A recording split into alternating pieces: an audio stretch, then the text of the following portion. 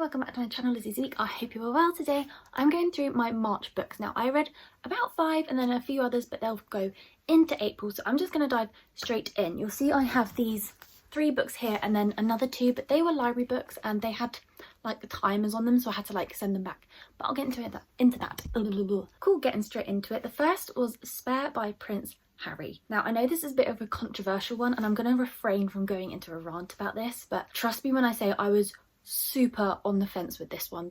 It took me ages to read, especially the first like 2/3 of it, because it was just, I don't know how best to describe it, but ever since the like Netflix series they did, I'm finding it hard to believe anything anyone says anymore because we're only hearing one side of the story. It makes it really difficult to judge what is the truth based on hearing only one side of the argument. Now I'm sure you've all seen everything in like the press and everything on social media, everything, but it's just boring at this point to me, and I'm still on the fence about it. But at this point, because of everything that's been going on, and there's only so much that can be said about royal life, it's boring by now because everything's been said, and it's no wonder the royal family reportedly don't want to speak to them anymore, because what's going to say that they're going to use future conversations like that in future like books or TV series or anything just to make a living. Yeah, I can only imagine how tough it is to be born in real life when there are like so many like regimented rules. It's very bureaucratic and the way things are done, and the fact there is like a very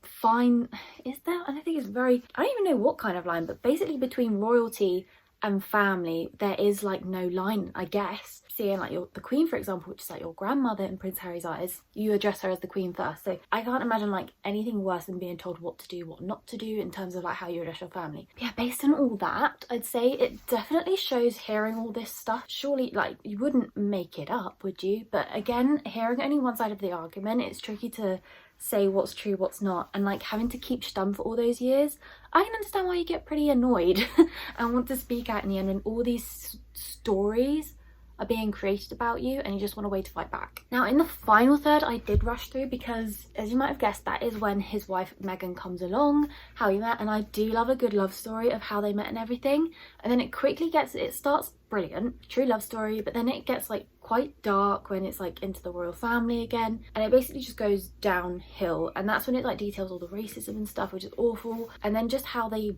battle with the press and then their family, because it shows like, I think it's because she's had experience of life and they don't like it. She's a woman who knows what she wants and they just don't like that change. So yeah, I do have my sympathy on that part as well, but then overall I'm like, surely there's the hypocrisy of wanting your privacy but then selling it in a book and TV series and stuff and surrounding yourself by certain people. It's like, come on guys, like I get you're trying to do whatever you can to stay relevant and get all this demand and money, but it's like I'm bored of it by now. But again, I can see why they wanted away from it all as well. So yeah, that's my stance on it. Very on the fence, but I don't want to hear any more about it. So yeah, that's that book. The next book I managed to read has been sat on my like bedside table since like the beginning of the year. I finally finished it about halfway into March. It is The Discomfort Zone by Farrah Storr. Now she is the former editor of Cosmopolitan and Women's Health magazines. I actually went, fun fact, I think it was like 2016 or something, I went to one of the Cosmo events and she was there like leading it and everything, so yeah, it was a really good evening. Yeah, going on to this, I've not seen a lot about it and I have like really mixed feelings about it. Overall I really enjoyed it, and I reckon if I wasn't reading so many other books at the same time I would have like raced through this. It's basically part memoir, manifesto, not autobiography, but just like borderline self-help book, and I really try to refrain from self-help books, but this is basically how to push yourself to be a better person and literally get outside your comfort zone into your discomfort zone, and that is where you grow, where you thrive, and you become this better version of yourself. Basically get comfortable with being uncomfortable, and when I was reading this I kind of resonated with this because I think I've done this subconsciously where I'm like, right, in order to like progress and do more of the things I want, I've got to like push myself out there, like this YouTube channel. So trying to do more stuff like that. There will be people that like it, some that don't. I'm trying to develop all my skills around everything else. Yeah, just getting feedback on that part. But the thing that another thing I did really like, it's full of like tips and tricks that she's learned since she was younger, how she's learned from like there's praise at school and then getting into the real world where everyone's just getting on with their own life. But yeah, I did like the anecdotes. She features like little interviews she's had with people like, I think Chris Hoy, Victoria Pendleton, and other like athletes and high performers as well, and CEOs and coaches. So yeah, that was good. But like the thing that really bugged me, seeing this as like former editor, who she's now like, I think in charge of partnerships at Substack or something. I have a Substack, I'll link it below, the transparent page, where when you're going through every bit of copy in your magazine, you make sure there's like no errors or anything. But this was like full of them. It was full of grammatical errors and facts as well, but that could be down to the actual editor or agent, whatever. But it's just like I said, spelling mistakes here and there. And then also, I'm pretty sure the 2012 Olympics weren't in Rio de Janeiro. Apparently it wasn't here.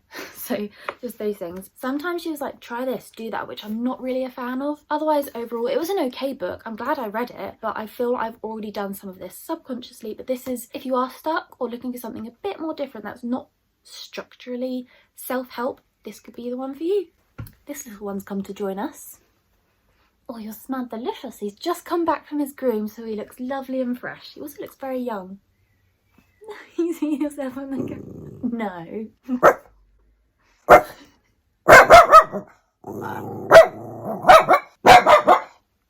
This next one was another library book and I had to hand it in, but it's Cleopatra and Frankenstein by Coco Mellors. Now this, I thought it would be like a real literary fiction type of book, which I really don't like those kinds. I think they're quite pretentious. But this was like, it was the complete opposite and I loved it so much. I've seen it all over like BookTok and Instagram and stuff. But this one I think is inspired by the author living between New York and the UK. So in this we meet Cleo, who is British, and she is about 26 and she's in New York, and it happens, I think it's like early 2000s basically, New Year's party, and she comes down from a party down to like the main street or whatever, and she bumps down in the elevator with Frank, and hence the joke of the names Cleopatra and Frankenstein. And basically they fall in love, and he is 20 years older than her, and it just follows their love story basically, and how if they're a match or not, and how they just, I guess, navigate age and then marriage as well. Yeah, I really enjoyed it, basically following a British American young adult in New York City, going over the years and then how their relationship develops, and then also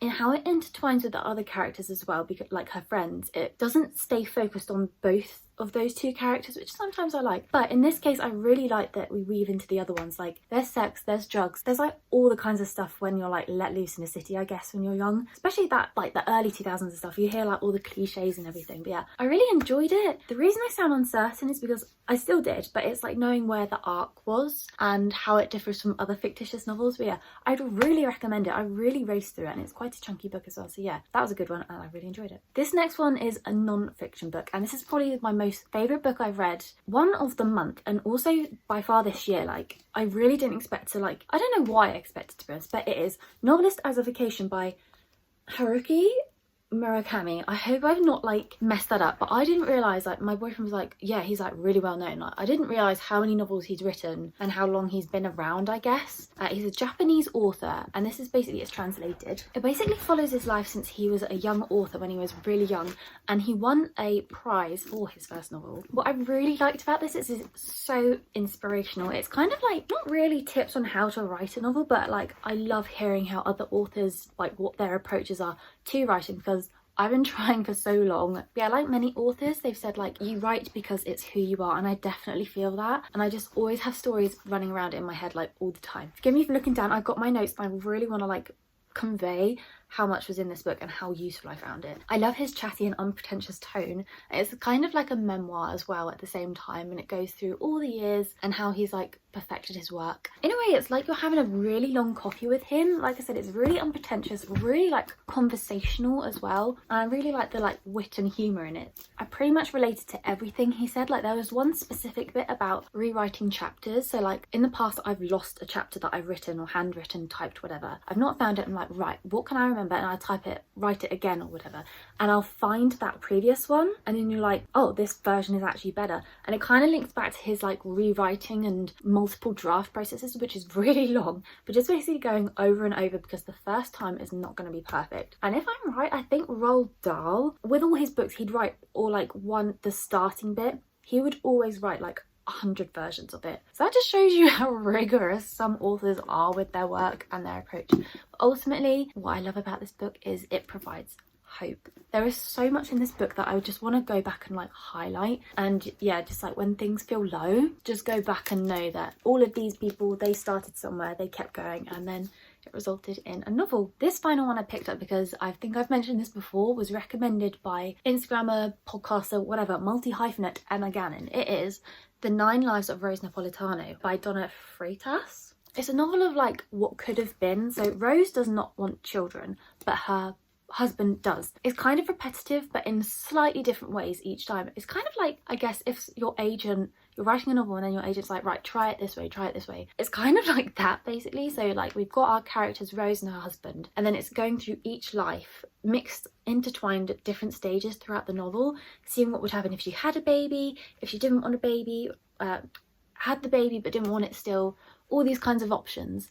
And would she be with her husband or not, or would there be someone else? Literally so many different concepts, and how everyone else interlinks with that, and then her parents, her family. But it seems no matter the situation, there is a growing problem with her husband. Yeah, this is like, there isn't much that happens in this novel because the story is basically so repetitive, but you ultimately get the idea of these different options of how Rose's life could not end, but like this story could end. But yeah, if you are interested in like child-free by choice novels, this is probably the one for you. Yeah, those 5 novels are the ones I read in March. I hope you enjoyed this video. It was a bit of a quicker one, but I hope I went into depth, and like hopefully you've got some like little recommendations of what you might pick up next. Thank you for clicking on this video. I hope you enjoyed it. Give it a thumbs up, hit subscribe, it'd be great to have you here, and I look forward to seeing you soon.